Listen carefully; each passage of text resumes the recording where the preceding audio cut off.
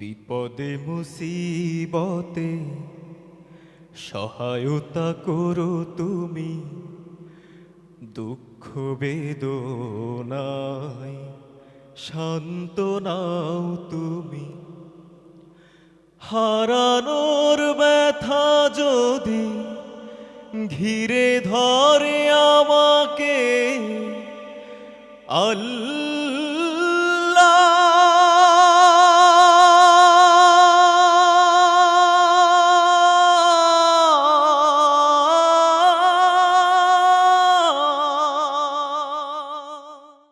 আসসালামু আলাইকুম রহমতুল্লাহ।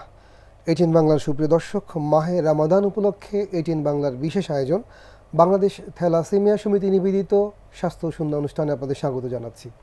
সুপ্রিয় দর্শক, থ্যালাসেমিয়া বাংলাদেশে বহুল প্রসিদ্ধ বা প্রচলিত কোনো অসুখ না, কিন্তু এটি একটা এমন ব্যাধি যে ব্যাধি সম্পর্কে সচেতনতা জানা ভীষণ প্রয়োজন, যা আমাদেরকে ব্যাধি প্রতিরোধে সহযোগিতা করবে, সুস্থ জীবনযাপনে আগ্রহী করবে এবং সুযোগ তৈরি করে দিবে। আমরা জানি যে আল্লাহ রাব্বুল আলামিন আমাদেরকে সুস্থ দেখতে চান, তার হাবিব সুস্থ সবল মুমিন দেখতে চান। সেজন্য আমরা সুস্থতাকে সম্পৃক্ত করতে চাই সুন্নাহর সাথে। আলোচনা করার জন্য এই পর্বে আমরা আমন্ত্রণ জানিয়েছি বাংলাদেশ থ্যালাসেমিয়া সমিতির সম্মানিত সভাপতি প্রকৌশলী ডক্টর এম এ মতিন। আসসালামু আলাইকুম। ওয়ালাইকুম আসসালাম রহমতুল্লাহ। সুপ্রিয় দর্শক, থ্যালাসেমিয়ার রোগ হিসাবে রোগের কারণ, ধরন, প্রতিকার নিয়ে কথা বলার জন্য আমাদের সাথে রয়েছেন জাতীয় নাক কান গলা ইনস্টিটিউট ও হাসপাতালের সম্মানিত সহকারী অধ্যাপক ডক্টর নাসিব মোহাম্মদ ইশরাদুল্লাহ। আসসালামু আলাইকুম। ওয়ালাইকুম আসসালাম রহমতুল্লাহ।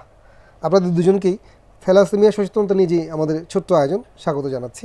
সুপ্রিয় দর্শক, যেমন বলছিলাম, থ্যালাসেমিয়া মূলত বংশগত রক্ত স্বল্পতার একটা রোগ, যে রোগটা কোনো কারণে জন্মগ্রহণ করবার পরে, কোনো পারিপার্শ্বিক কারণে, কোনো ভাইরাস সংক্রমণের কারণে বা কোনো সংস্পর্শের কারণে সংক্রমিত হয় না বা আক্রান্ত হয় না।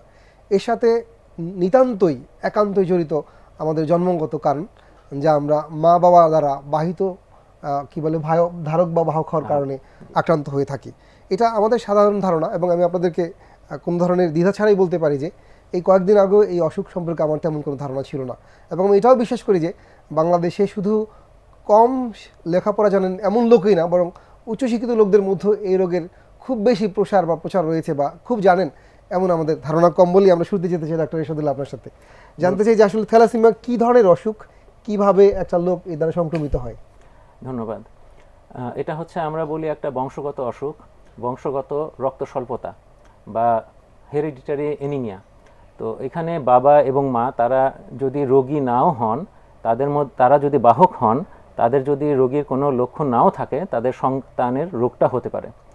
কারণ আমরা এমনিতে বলতে পারি যে বাহক হচ্ছে রোগটার অর্ধেক অবস্থা, কিন্তু বাবার মধ্যে যদি এটা অর্ধেক থাকে, মার মধ্যে যদি অর্ধেক থাকে, সন্তানের মধ্যে এসে যদি পুরো রোগটা চলে আসে, তাহলে আমরা তাকে বলবো থ্যালাসেমিয়া রোগী। তারপরে যতক্ষণ বাহক ততক্ষণ রোগী না, না, এই জিনিসটা একটু স্পষ্ট করা দরকার। কারণ আমাদের কাছে অনেক সময় রিপোর্ট নিয়ে আসে যেখানে বাহক বলা, এবং তারা খুব নার্ভাস হয়ে যায়, তারা মনে করে যে তাদের হয়তো জীবন শেষ, বাহক ধরা পড়ে গেছে। কিন্তু আসলে বাহক মানে রোগী না, এটা খুব স্পষ্টভাবে জানতে হবে।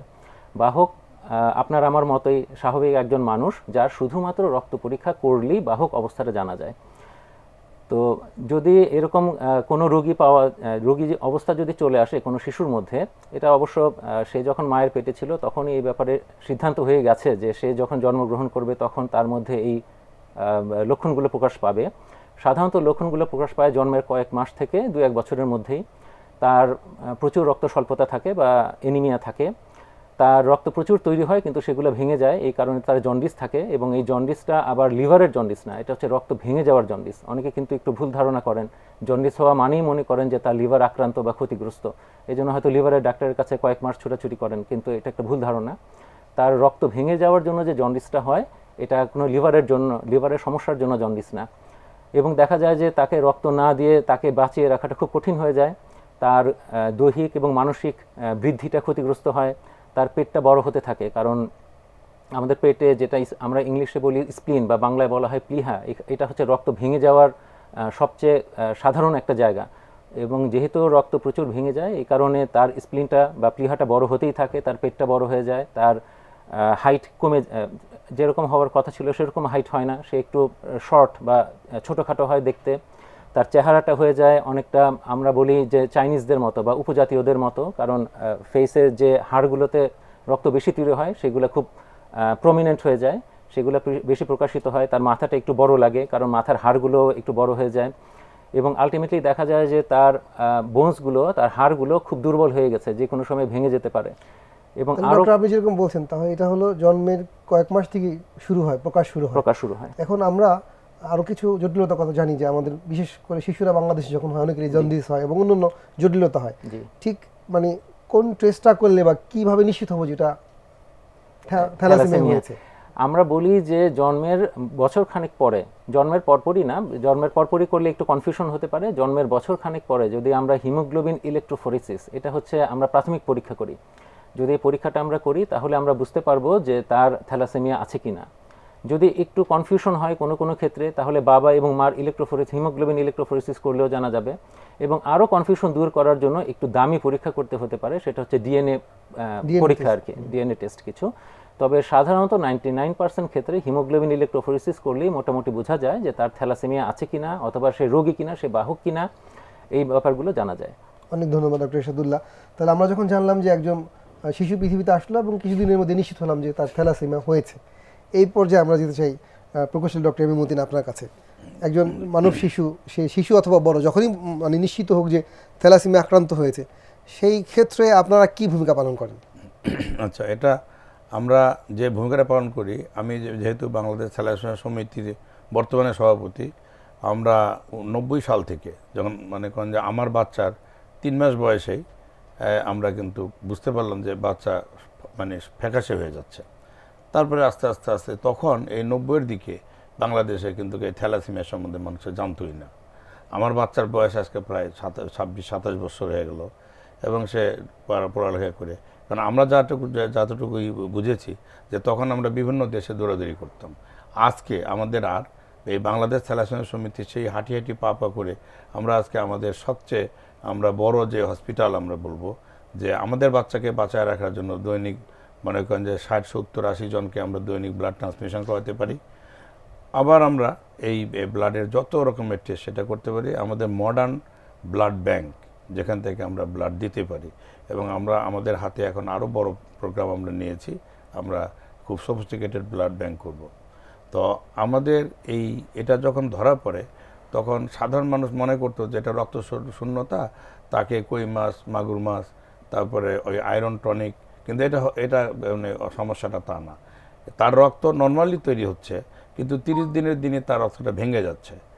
আর নর্মাল মানুষ, যেমন আমি কেরিয়ার, আমার ওয়াইফ কেরিয়ার, আমরা কিন্তু নর্মাল, আমরা কিন্তু যদি আমি কেরিয়ার হইতাম অথবা আমার ওয়াইফ যদি নর্মাল হতো, অথবা আমার ওয়াইফ কেরিয়ার আমি নর্মাল, তাহলে কিন্তু আমরা বুঝতেই পারতাম না যে আমরা থ্যালাসেমিয়া কোনো জিনিস।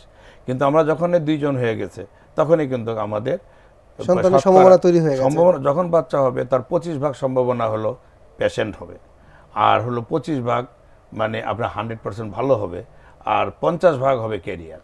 বাহক তো রোগী না, না, বাহক রোগী না, কিন্তু ওই যে একটা সম্ভাবনা, যেমন আমার 2টো মেয়ে, আমার বড় মেয়ে 100% ভালো, ছোট মেয়ে সে 100% থ্যালাসেমিয়া। তাকে এখনো ওই 3 মাস বয়স থেকে আসা 26 বছর বয়সে আমরা কিন্তু দৈনিক মাসে আমরা 2 ব্যাগ 3 ব্যাগ করে ব্লাড আমাদেরকে দিতে হচ্ছে, এবং আমরা এই জায়গায় থেকে ধাক্কা খেয়ে আমরা শিখেছি।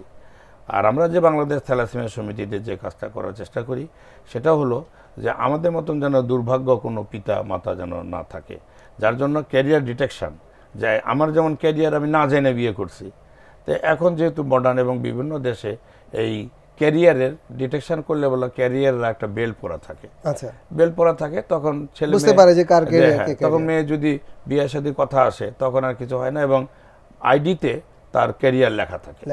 আমরা এটা আইনের আশ্রয় যেতে নিতে পারতেছি না যতক্ষণ পর্যন্ত না হচ্ছে। আমরা যখনই ব্লাডের ক্যাম্প করতেছি সেখানে আমরা যে মানুষকে বুঝাচ্ছি যে আমাদের ক্যারিয়ার ডিটেকশন মানে যে করা দরকার, তো এটা করে না করে কেন মানে বিয়ে শাদী জন্য না। অনেক ধন্যবাদ প্রকৌশলী ডক্টর মতিন। যেতে চাই ডক্টর নাসিব মোহাম্মদ ইরশাদুল্লাহ আপনার কাছে। উনি বলছিলেন যে ওনারা জানতেন না দুজনেই ক্যারিয়ার, আমাদের সন্তান একজন 100% রোগী, একজন 100% কিউর। তো আমরা প্রতিরোধের ক্ষেত্রে আসলে কি করতে পারি যদি এরকম পরিস্থিতি না পড়তে হয় আমাদের? সেটাই আমরা সবচেয়ে সহজে যেটা করতে পারি সেটা হচ্ছে গণসচেতনতা। আমরা যদি জনগণকে জানাতে পারি যে আসলে একজন বাহকের সাথে আরেকজন বাহক অথবা একজন বাহকের সাথে একজন রোগী এর মধ্যে বিয়ে হওয়া যাবে না, এটা যদি আমরা তাদেরকে সচেতন করতে পারি, এবং আমরা চেষ্টা করি সব সময় আমাদের প্ল্যান যেটা সেটা হচ্ছে এটা স্কুল লাইফ থেকেই করতে হবে। কারণ অনেক সময় দেখা যায় যে না জেনেই তাদের মধ্যে হয়তো একটা রিলেশনশিপ হয়ে গেছে, পরে জানার পরেও তারা সেই রিস্কটা নিতে চায় যে না হয় সন্তান একটা খারাপই হলো, কত আর খারাপ হবে, এই জন্য তখন আবেগতাড়িত হয়ে সিদ্ধান্ত নিয়ে থাকে। একটা ভুল সিদ্ধান্ত নিয়ে নেয়। এই জন্য আমরা চাই যে বলা হয় যে আইডিয়ালি স্কুলে যাওয়ার আগে যদি বাচ্চার এটা করা থাকে এবং সেই যদি কাউন্সিল থাকে, বাবা মা তো বটেই, সন্তানও বাচ্চাটাও যদি এটা জানা যায়, তাহলে সে তার লাইফটা সেভাবেই লিড করবে এবং সে সেভাবেই তার পার্টনার চুজ করবে, এটা আমরা চাই আর কি। এই জিনিসটা কিন্তু খুব স্বল্প পরিসরে হলে খুব কঠিন হয়ে যাবে, কারণ হচ্ছে একটা সোশ্যাল স্টিগমা চলে আসে যে সে হয়তো মনে করবে যে হ্যাঁ আমাকে এরকম আমাকে আলাদা করে দেওয়া হচ্ছে, আমি অন্যদের সাথে মিশতে পারছি না। কিন্তু এই জিনিসটা যদি আমরা সমাজে প্রকটভাবে ছড়িয়ে দিতে পারি তাহলে কিন্তু জিনিসটা আর মানুষের চোখে খারাপ লাগবে না। নরমাল করে ফেলতে হবে, নরমাল করে ফেলতে হবে, নরমাল করে ফেলতে হবে, বলতে হবে যে বাহক যে সে সাধারণ মানুষ, শুধু পার্থক্য হচ্ছে এই যে সে আরেকজন বাহক বা রোগীকে বিয়ে করবে না, করতে পারবে না। অনেক ধন্যবাদ ডক্টর শহীদুল্লাহ। ডক্টর মহিউদ্দিন, আপনার কাছে আবার একটু যেতে চাই, সেটা হলো যে সচেতনতা তৈরি করবার জন্য আপনাদের কোনো স্পেশাল প্ল্যান আছে কিনা বা আপনারা করেন কিনা? জি, আমরা তো এটাকে বিশ্বের বিভিন্ন দেশে থ্যালাসেমিয়া নির্মূল করেছে।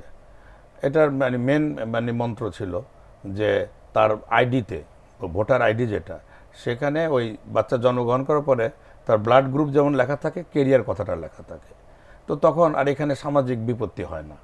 কিন্তু আমরা এটা কয়েক দফায়, আমরা এটা হাইকোর্ট থেকেও রিট করেছি, কিন্তু এটা যাচ্ছে যে এটা আটকে যাচ্ছে, আইনটা হচ্ছে না, আমাকে দেশে হচ্ছে না।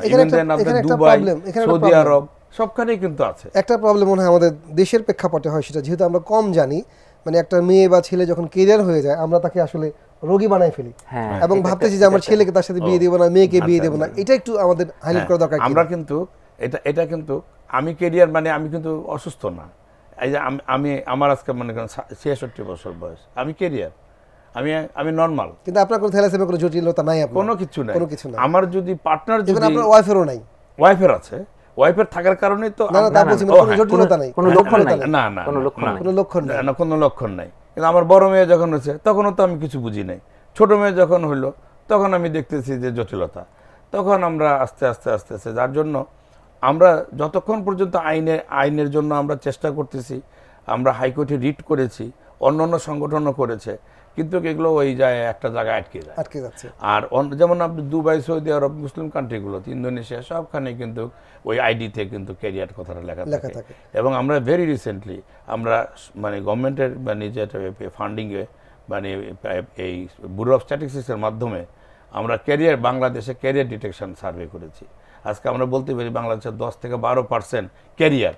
তো এই যে আমরা যে 3 জন বসে আছি এখানে, আপনি আমাকে মনে করতেছেন যে আমি যে ফ্রি তার কোনো গ্যারান্টি নাই, আপনি যে ফ্রি তার কোনো গ্যারান্টি নাই, এবং যে ফ্রি তার কোনো গ্যারান্টি নাই। আমরা যদি 100 জন মানুষ একখানে বসি, একটা বাচ্চা, যেমন আমরা ঢাকা ইউনিভার্সিটি মেয়েদের হলে, ছেলেদের হলে আমরা সার্ভে করেছি, তখন কিন্তু আমরা পেয়েছি, তখন ওই তাদেরকে আমরা গোপনে বলেছি, বাবা তুমি ক্যারিয়ার, তুমি তোমার পার্টনার চয়েস করতে সাবধান। তা আমরা যেটা করি, আমরা অলওয়েজ ব্লাডের ক্যাম্প করি। যেমন আমি যদি একটা উদাহরণ দিই, যেমন এমবিসিগুলোতে আমরা ব্লাড ডোনেশন ক্যাম্প করি, যেমন আমরা ফ্রান্স এমবিসি, অন্যান্য এমবিসিতে করি, তখন কিন্তু আমরা বুঝাই।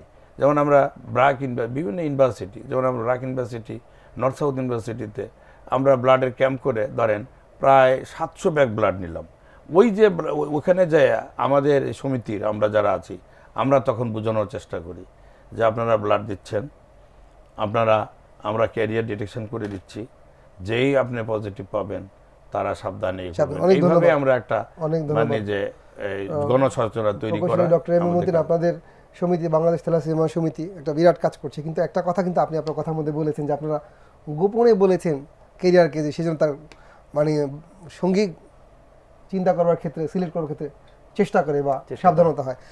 ব্যাপারটা হলো আমরা আইন করি অথবা না করি, এই ব্যাপারে কিন্তু আমাদের একমত হতে হবে, এবং এই জায়গাতেই আমাদের হাইলাইট করতে হবে যে আইন করে আসলে এটা হবে না, আমাদের ব্যাপকভাবে সচেতনতা তৈরি করতে হবে, এবং আমাদের শিশুদেরকে, আমাদের কিশোরদেরকে, আমাদের সন্তানদেরকে এবং আমাদের নিজেদেরকে এই ব্যাপারে নিশ্চিত হতে হবে আসলে ক্যারিয়ার অসুস্থতা না। এবং এটা পার্থিব জীবনে যতদিন আল্লাহ তাকে বাঁচিয়ে রাখবে, কোনো ধরনের জটিলতা তার জীবনে তৈরি করবে না। সেই ক্যারিয়ারকে বিয়ে করলেও জটিলতা তখনই হতে পারে যখন সে আরেকজন ক্যারিয়ারকে বিয়ে করবে তার সন্তানদের ক্ষেত্রে সন্তানের ঘটনার প্রভাব সম্ভাবনা পড়তে পারে। থাকবে। তো এই অনুষ্ঠান থেকে আমরা যে আবেদনটা রাখতে চাই, সুপ্রিয় দর্শক, আমরা থ্যালাসেমিয়া সম্পর্কে জানবো, অনেক ভালোভাবেই জানবো, এবং জানার পাশাপাশি আমাদের আশেপাশে যারা রয়েছেন তাদেরকে সচেতন করব যে থ্যালাসেমিয়া যারা বাহক তারা অসুস্থ কোনো রোগী না, কিন্তু দুজন থ্যালাসেমিয়ার বাহক একত্রিত হলে নতুন রোগীর সৃষ্টি হতে পারে, যার জীবন বিপন্ন হবে এবং তার মৃত্যু জীবনটা নানাভাবে সমাজের জন্য, তার নিজের জন্য ক্ষতিকর, কষ্টদায়ক, বেদনাদায়ক এবং অন্যদের জন্য অসুবিধাদায়ক হবে। সেই জন্য আমরা যেন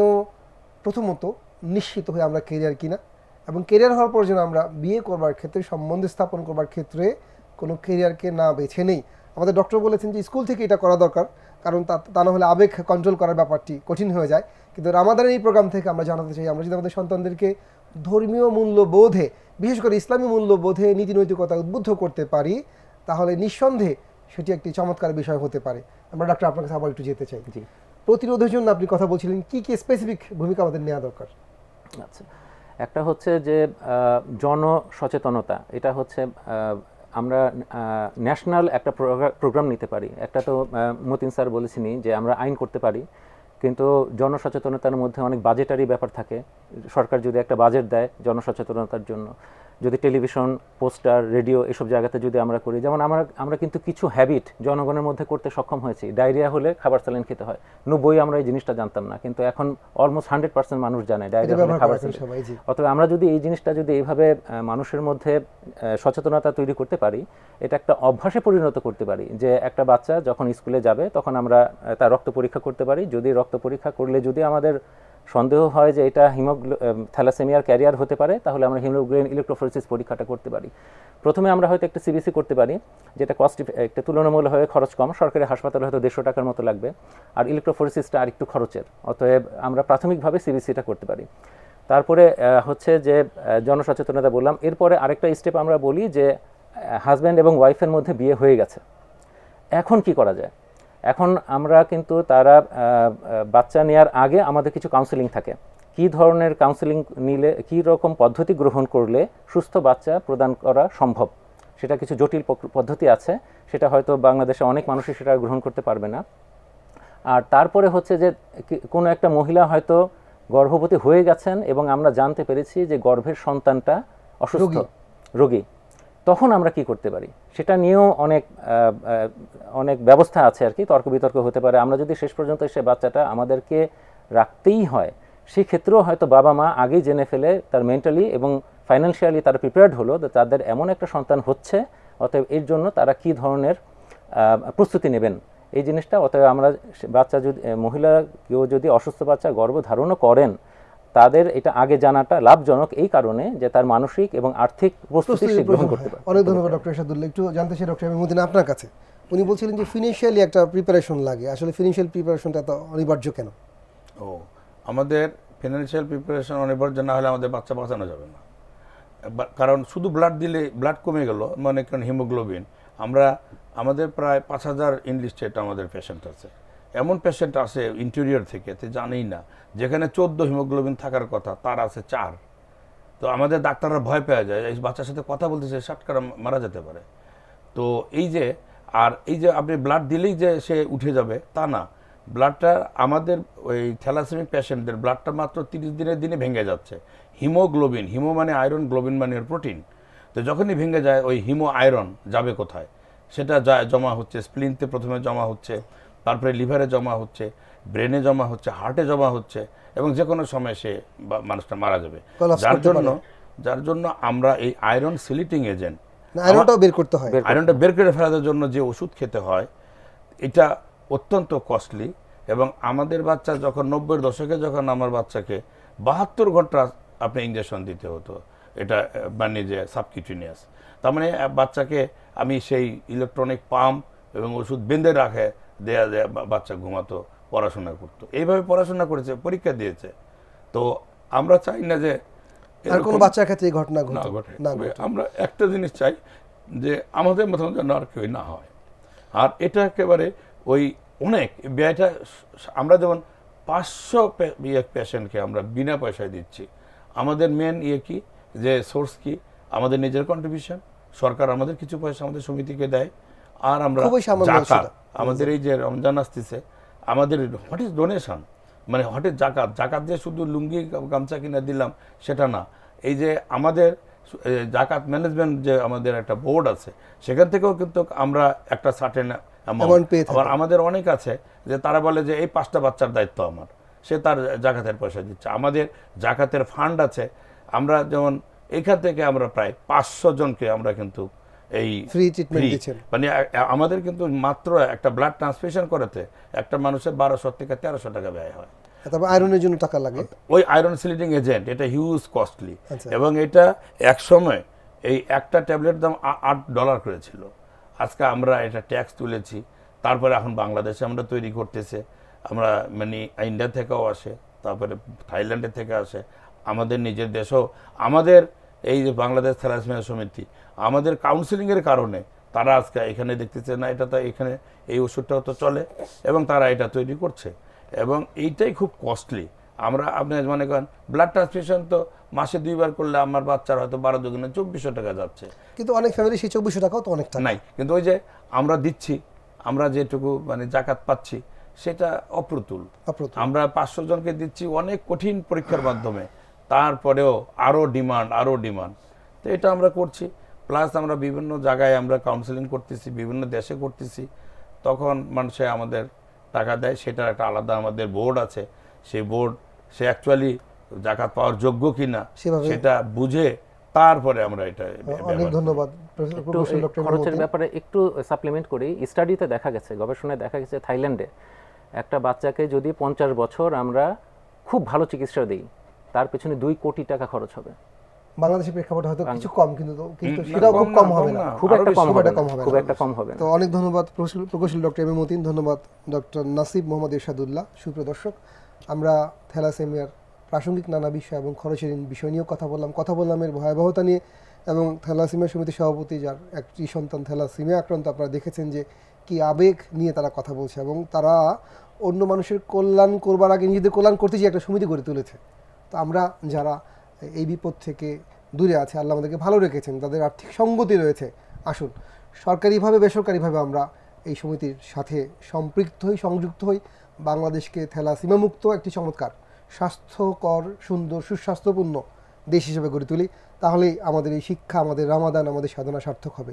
আল্লাহ রাব্বুল আলামিন আমাদেরকে বুঝে আমল করার তৌফিক দান করুক। আসসালামু আলাইকুম ওয়া রাহমাতুল্লাহি ওয়া বারাকাতুহু।